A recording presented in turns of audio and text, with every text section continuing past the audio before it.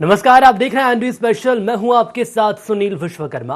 प्रधानमंत्री नरेंद्र मोदी ने गुरुवार को देश के 54 कलेक्टरों से चर्चा की, जिसमें उन्होंने जिलाधीशों को कोरोना रोकथाम को लेकर निर्देश दिए गए हैं। वीडियो कॉन्फ्रेंसिंग के जरिए हुई चर्चा में प्रधानमंत्री मोदी ने नए वेरिएंट और म्यूटेंट की जानकारी दी है। इसके साथ ही प्रधानमंत्री नरेंद्र मोदी ने कलेक्टरों के कार्य के लिए उनका धन्यवाद दिया। आपको बता दें कि पीएम-डीएम संवाद में छत्तीसगढ़ के सीएम भूपेश बघेल भी शामिल हुए थे।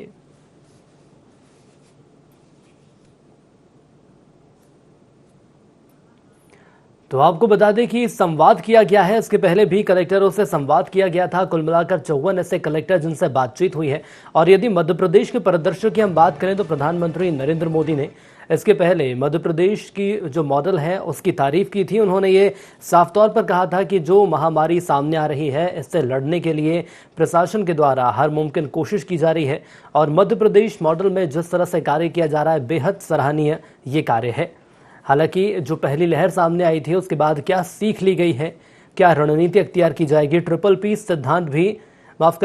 टी सिद्धांत प्रधानमंत्री नरेंद्र मोदी के द्वारा बताया गया है, जिसमें टेस्टिंग और तमाम ऐसी बातें शामिल हैं जिसके माध्यम से आने वाले वक्त में इस कोरोना महामारी से दूर रहा जा सकता है। आपको बता दें कि प्रधानमंत्री मोदी ने छत्तीसगढ़ के भी 5 कलेक्टर से संवाद किया।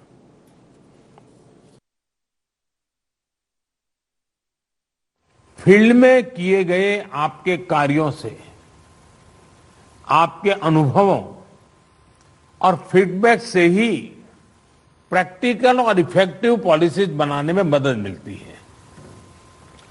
टीकाकरण की रणनीति में भी हर स्तर पर राज्यों और अनेक स्टेक होल्डर से मिलने वाले सुझावों को शामिल करके आगे बढ़ाया जा रहा है। इसी क्रम में स्वास्थ्य मंत्रालय की तरफ से 15 दिन के टीकों की उपलब्धता की जानकारी राज्यों को दी जा रही है।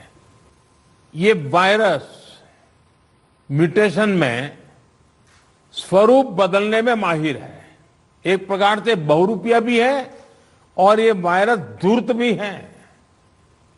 तो हमारे तरीके और स्ट्रेटेजीज भी डायनेमिक होने चाहिए। आपके जिले की चुनौतियां यूनिक होगी, इसलिए आपके समाधान भी उतने ही यूनिक होने चाहिए।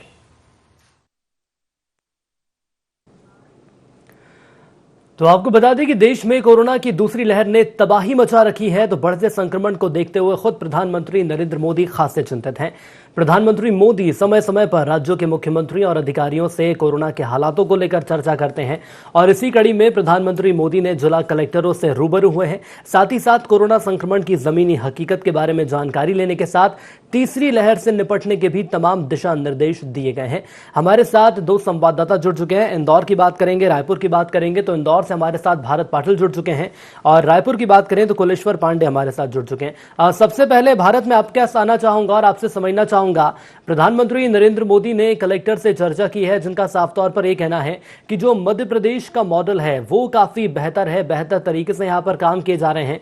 इसके साथ ही साथ उन्होंने ट्रिपल टी जो मोड है उसकी यहां पर बातचीत की है और कहा है कि जो दोहरी चुनौती अब सामने आ रही है इसे लेकर दिशा निर्देश दिए हैं। क्या है वो खास दिशा निर्देश और कौन सी वो खास बातचीत रही?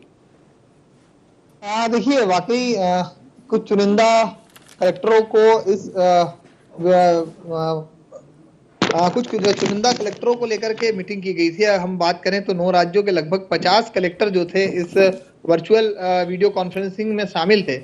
अगर हम बात करें मध्य प्रदेश की और मध्य प्रदेश के मॉडल की तारीफ, तो क्योंकि हमने देखा कि जिस तरह से कोरोना की लहर की शुरुआती दौर में लॉकडाउन लगाया गया था और उसके बाद में जिस तरह के हालात थे जिससे निपटने के लिए तमाम प्रयास किए जा रहे थे, लेकिन ये दूसरी लहर काफी चिंताजनक थी क्योंकि इस दूसरी लहर में हमने कई ऐसी दिक्कतें का सामना प्रशासन को करना पड़ा, लोगों को करना पड़ा, अलग अलग शहर के वासियों को करना पड़ा। और खास तौर पर अगर हम बात करें मध्य प्रदेश की आर्थिक राजधानी इंदौर की, तो इंदौर के कलेक्टर मनीष सिंह से भी जो है वर्चुअल वीडियो कॉन्फ्रेंसिंग के जरिए चर्चा हुई और यहाँ के जो यथावत स्थिति है उससे अवगत कराया गया है। हम आपको बता दें कि अभी शहरी इलाकों में तो काफी संक्रमण की दरों को लेकर के लगातार कमी आती जा रही है, लेकिन इस वक्त बड़ी चुनौती स्वास्थ्य विभाग और प्रशासन के लिए ग्रामीण इलाका था।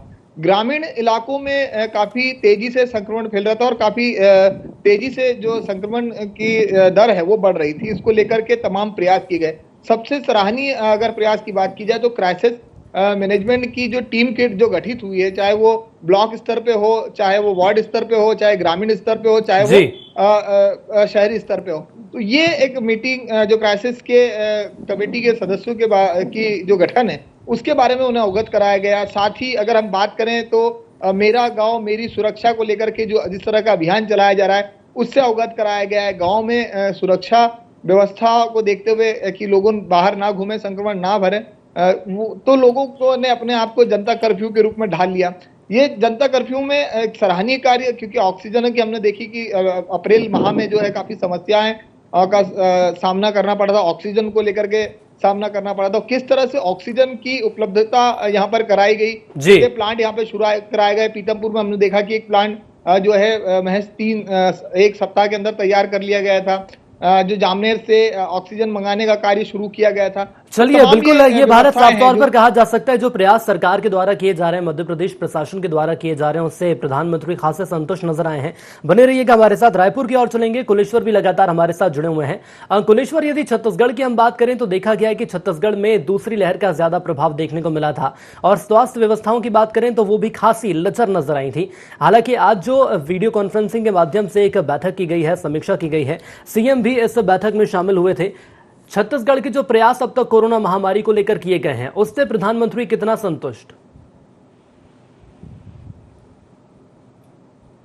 बिल्कुल, चूंकि एक समय ऐसा था कि छत्तीसगढ़ में कोरोना का संक्रमण जो है काफी कम हो गया था, लेकिन अचानक से जिस तरह से 1 लाख के पार कोरोना के एक्टिव मरीज यहाँ पे हुए, शुरू में अव्यवस्था का आलम जरूर छत्तीसगढ़ में था, लेकिन कहीं ना कहीं समय रहते जो मुख्यमंत्री भूपेश बघेल है ये व्यवस्था को संभालने में कामयाब हुए। आज इसी को लेकर पीएम मोदी ने छत्तीसगढ़ के 5 जिलों के कलेक्टरों से चर्चा की, जिसमें रायगढ़, बलौदाबाजार, भाटापारा, जांजगीर चांपा, बिलासपुर शामिल थे।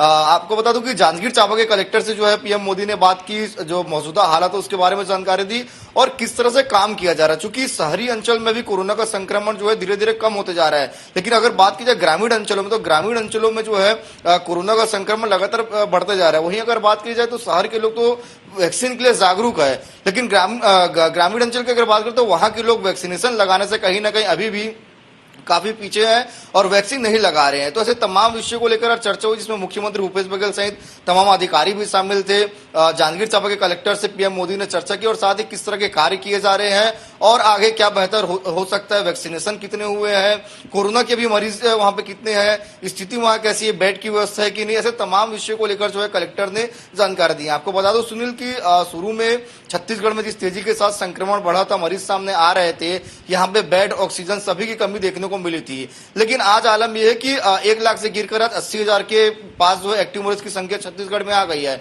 तो कहीं ना कहीं स्थिति में सुधार होते जा रहा है। वहीं प्रतिदिन अगर हम बात करें तो अब कोरोना मरीजों का आंकड़ा जो है 6,000 के आसपास आ रहे हैं, तो पहले 20,000 से 22,000 पहुंच गया था। तो सरकार ने समय रहते काम किया है। इसी को लेकर पीएम मोदी समय समय पर मुख्यमंत्री अधिकारियों से बात करते हैं और आज 5 जिलों के कलेक्टरों से सीधा वो जुड़े थे और सीधा संवाद की। इसमें जांजगीर के कलेक्टर से उन्होंने बात की और उन्होंने मौजूदा हालत की जानकारी दी, साथ ही सरकार की तरफ से क्या प्रयास किया जा रहा है, किस तरह के काम किए जा रहे हैं, किस तरह की व्यवस्था किए जा रहे हैं, इन सभी के बारे में भी जांजगीर के कलेक्टर जो है पीएम मोदी को जानकारी दी है। चलिए, कुल मिलाकर ये कहा जा सकता है जो सरकार के द्वारा प्रयास किए जा रहे हैं आने वाले वक्त में जरूर ये कहा जाएगा कि सफलता हासिल होगी। रोकना चाहूंगा आपको और भारत के और एक बार फिर चलेंगे।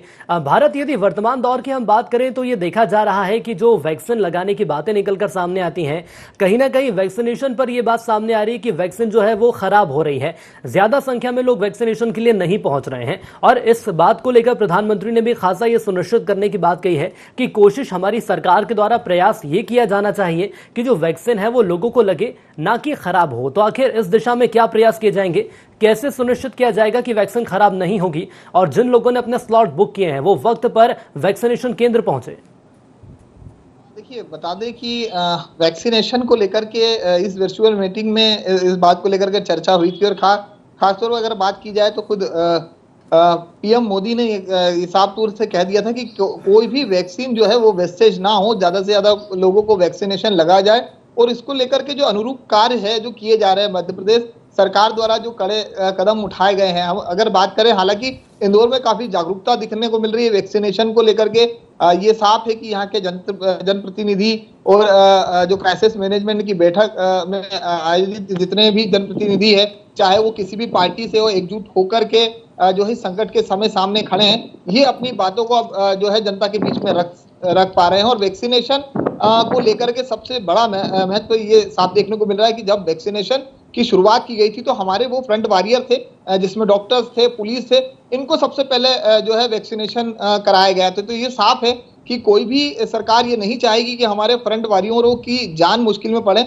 इसका ये उदाहरण है कि वैक्सीनेशन साफ रूप से एक जटिल साबित हो रहा है और एक बेहतर साबित हो रहा है इस कोरोना महामारी के लिए। अगर वैक्सीनेशन हो जाता है तो संक्रमण इतना असर नहीं करता है। तो ये बात जो है जनता के बीच रखना जो प्रारंभ की गई थी, उसको लेकर के तमाम जो है जनप्रतिनिधियों की, जैसा कि मैंने कहा पहले भी, कि क्राइसिस मैनेजमेंट को लेकर के टीम जो ब्लॉक स्तर पर बनाई गई है, वार्ड स्तर पर बनाई गई है, ग्रामीण लोगों को जोड़ करके जो टीम बनाई गई है, ये जनता तक ये जो बात है वो रखने में कहीं ना कहीं कारगर। लेकिन साथ ही साथ मैं भारत आपसे ये भी समझना चाहूंगा, वैक्सीन के हम यहाँ पर बात कर रहे हैं तो प्रधानमंत्री ने ये भी संदेश दिया है कि वैक्सीनेशन केंद्र जो है वो उनकी संख्या भी बढ़ाना चाहते हैं। तो इस दिशा में प्रशासन के द्वारा क्या प्रयास किए जा रहे हैं? देखिए, साफ तौर से अगर हम बात करें वैक्सीनेशन सेंटरों को लेकर के बढ़ाने की बात को लेकर के, जैसे जैसे थ्लॉट में आ रहा है, हर विभाग को, अगर सबसे पहले शहरी इलाकों की बात की जाए तो शहरी इलाकों में छोटे छोटे वार्ड स्तर पर हर पार्षद जनप्रतिनिधि से मिलकर के ये जो केंद्र है वो खोलने के प्रयास किए गए हैं। अब ग्रामीण स्तरों की भी जो है सबसे ज्यादा बड़ी चुनौती बना हुआ है, क्योंकि ग्रामीण इलाकों में देखा गया है कि कहीं ना कहीं वैक्सीनेशन को लेकर के ग्रामीणों में कहीं ना कहीं कुछ ये मैसेज चल रहा था, कहीं ना कहीं उन्हें भ्रामक जानकारियां थी, उन्हें भी बात समझाई जा रही है। अब ग्रामीण इलाकों को सबसे ज्यादा फोकस किया जा रहा है, क्योंकि अगर हम हाल ही के दिनों की अगर हालातों की बात की जाए तो ग्रामीण इलाकों में बड़ी संख्या में संक्रमण के मरीज जो है वो देखने को मिल रहे थे। लेकिन सरकार के लिए जो सबसे बड़ी चुनौती थी, हम अगर बात करें 45 साल से ऊपर प्लस के लोगों की अगर बात करें तो उनको वैक्सीनेशन एक बड़ा कारगर साबित हुआ है। हम देखते जा रहे हैं कि पिछले दिनों से जिस तरह की मुहिम चलाई गई थी कि 45 प्लस जो है वो वैक्सीनेशन लगाए, तो एक बड़ा उत्साह जो है लोगों में देखने को मिला था। और खासकर मध्य प्रदेश की अगर जनता की बात की जाए तो मध्य प्रदेश की जनता में ये जागरूकता देखने को मिलती है कि किसी भी तरह से सरकार किसी बात को समझाना चाहे उनके, और खास करके इस कोरोना काल में जिस तरह से जनता कर्फ्यू को लेकर, चलिए बिल्कुल, ये साफ तौर पर कहा जा सकता है कि सरकार के द्वारा प्रयास किए जा रहे हैं, लेकिन वैक्सीनेशन केंद्र आखिर कैसे बढ़ाए जाएंगे ये एक बड़ा सवाल है। रोकना चाहूंगा लेकिन बने रहिएगा हमारे साथ। रायपुर की ओर चलेंगे, कुलेश्वर लगातार बने हुए हैं। कुलेश्वर, यदि हम रायपुर की बात कर लेते हैं, पूरे छत्तीसगढ़ की बात कर लेते हैं, तो देखा गया है कि आदिवासी क्षेत्र छत्तीसगढ़ में है और बड़ी संख्या में ग्रामीण भी यहाँ पर निवास करते हैं। अब ऐसे में ये चीज बड़ी साफ हो गई है कि शहरों को छोड़कर अब कोरोना महामारी ग्रामीण क्षेत्रों की ओर जा रही है। अब शहरी क्षेत्र और ग्रामीण क्षेत्र की जनता को सुरक्षित रखना है, दोहरी चुनौती सरकार के सामने है। ग्रामीण क्षेत्रों को लेकर आखिर प्रदेश सरकार की क्या रणनीति है?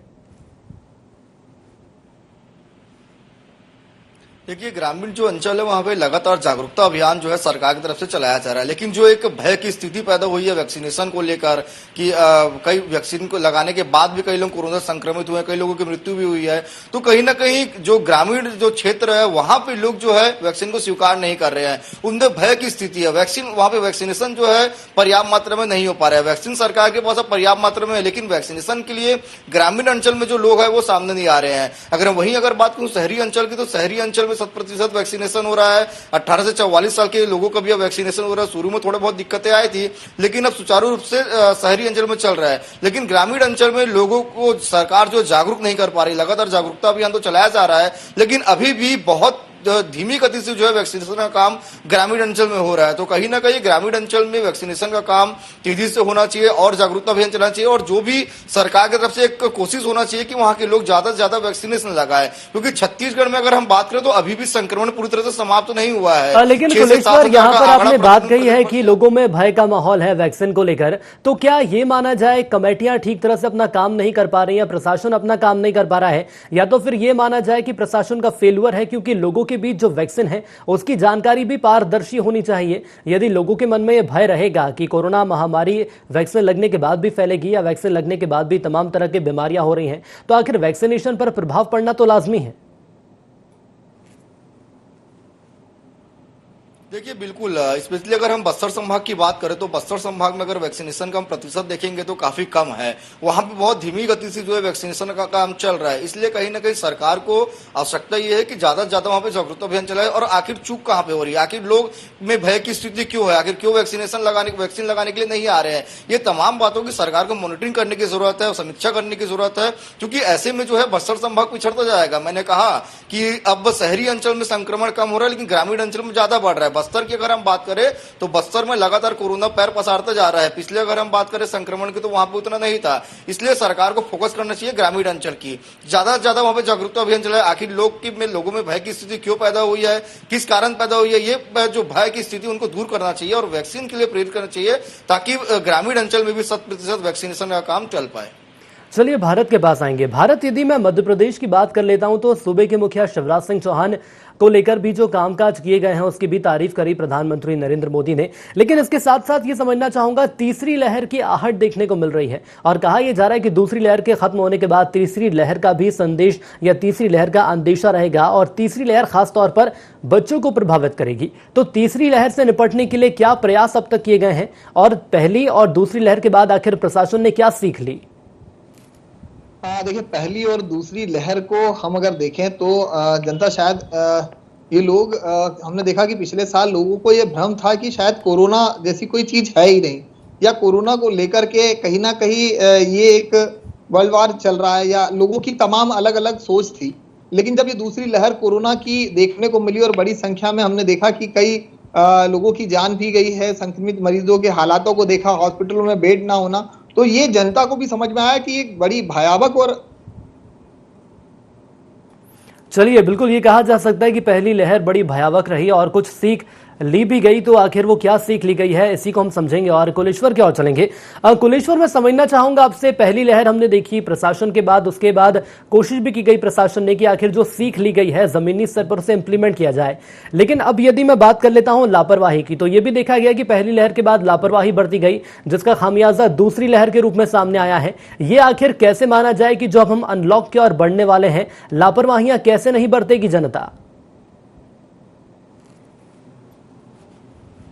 देखिए, पहली लहर में यहाँ पे आया था तो निश्चित तौर पे काफी संख्या में मरीज आए थे तो सरकार उतनी व्यवस्था नहीं कर पाई थी। वहीं दूसरी लहर में काफी लापरवाही बरती गई जिसमें कई लोगों की जान भी गई और बेड ऑक्सीजन के पर्याप्त व्यवस्था नहीं थे। लेकिन अगर मैं तीसरी लहर की बात करूं, जो बातें सामने आ रही कि तीसरा लहर भी जो कोरोना का आ सकता है, उसके लिए सरकार ने पर्याप्त तैयारी कर दी। आपको बता दो, जो जितने कोविड सेंटर भी बने हुए थे वो कुछ कोविड सेंटर बंद जरूर हो गए, लेकिन वहां पर जो व्यवस्था थी उन व्यवस्था को सरकार ने नहीं घटाया है। क्योंकि कहीं ना कहीं तीसरा लहर भी जो है प्रदेश में दस्तक दे सकता है, उसके लिए सरकार ने तैयारी जो है पूरी कर दी। अगर मैं ऑक्सीजन की बात करूं, वेंटिलेटर की बात करूं, तमाम चीजें जो है सरकार लगातार इसकी व्यवस्था कर रही है, क्योंकि तीसरी लहर भी आ सकती है। और सबसे ज्यादा तीसरी लहर में बच्चों को ज्यादा इसमें खतरा बताया जा रहा है। इसलिए बच्चों के लिए और जो गर्भवती महिला है उनके लिए भी व्यवस्था जो है सरकार के द्वारा लगातार की जा रही है। हमने देखा कि बीते दिनों स्वास्थ्य मंत्री ने जिस तरह से तमाम प्रदेश के स्वास्थ्य अधिकारियों की बैठक ली और तीसरी लहर को लेकर जो है सुनिश्चित किया कि कहां पे किस तरह की व्यवस्था की जाए, क्योंकि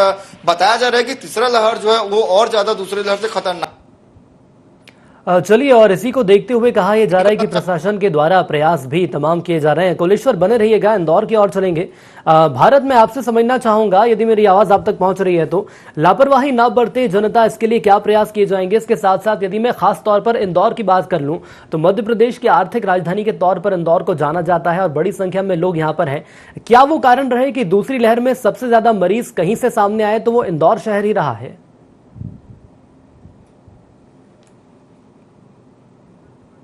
लग रहा है संपर्क हमारा भारत से नहीं हो पा रहा है। कुलेश्वर, एक बार फिर मैं आपके पास आना चाहूंगा और बात पूरी करें यदि मेरा संपर्क आपसे हो पा रहा है तो। जी सुनील, बिल्कुल मैं आपको बताना चाहूंगा कि सरकार जो है पूरी व्यवस्था जो है कर रही है। तीसरे लहर आने के लिए तमाम व्यवस्था जो है सरकार की तरफ से की गई है, क्योंकि दूसरे जो लहर अभी चल रहा है कोरोना का, उसमें सरकार ने सबक ले लिया है। क्योंकि हमने देखा था जिस तरह से छत्तीसगढ़ में दूसरे लहर में कोरोना का संक्रमण तेजी के साथ बढ़ा, मौत लगातार यहाँ पे हो रही थी, एम्बुलेंस की कमी देखी गई थी, ऑक्सीजन बेड की कमी देखी गई थी। लेकिन अब सरकार सचेत हो गई है, सरकार ने सबक ले लिया है। इसलिए तीसरे लहर के लिए जो तैयारी है सरकार ने अभी से करना शुरू कर दिया है। आपको बता दूं कि बेड की पर्याप्त व्यवस्था भी छत्तीसगढ़ छत्तीसगढ़ में है, ऑक्सीजन की पर्याप्त व्यवस्था, वेंटिलेटर जो कमी जो छत्तीसगढ़ में थी, वेंटिलेटर की पर्याप्त व्यवस्था सरकार ने किया है। तो कहीं ना कहीं सरकार ने सबक ले लिया और ऐसी लापरवाही नहीं करना चाहिए क्योंकि संक्रमण अभी खत्म नहीं हुआ है। और तीसरे लहर में जिस तरह से बातें सामने आ रही कि बच्चों को ज्यादा इसमें खतरा है, तो उसके लिए भी तैयारी जो है लगातार स्वास्थ्य विभाग और सरकार कर रही है। मुख्यमंत्री भूपेश बघेल बारीकी से इसमें नजर रखे गए हैं, लगातार मॉनिटरिंग कर रहे हैं, अधिकारियों के साथ बैठक कर रहे हैं। तो सरकार अब कोई भी चूक नहीं करना चाहती, कोई भी लापरवाही नहीं बरतना चाहती, इसलिए सरकार के द्वारा तीसरे लहर के लिए पूरी तैयारी जो है छत्तीसगढ़ में की जा चुकी है। बिल्कुल, लेकिन कुलेश्वर, यदि मैं छत्तीसगढ़ के परिदृश्य से सवाल करूं तो देखा गया है कि बीजेपी और कांग्रेस के द्वारा असंतुलन की तस्वीरें सामने आती हैं। दोनों में ही कहीं ना कहीं मतों का अपना टकराव रहता है, जिसके चलते प्रदेश की आम जनता को खामियाजा भुगतना पड़ता है।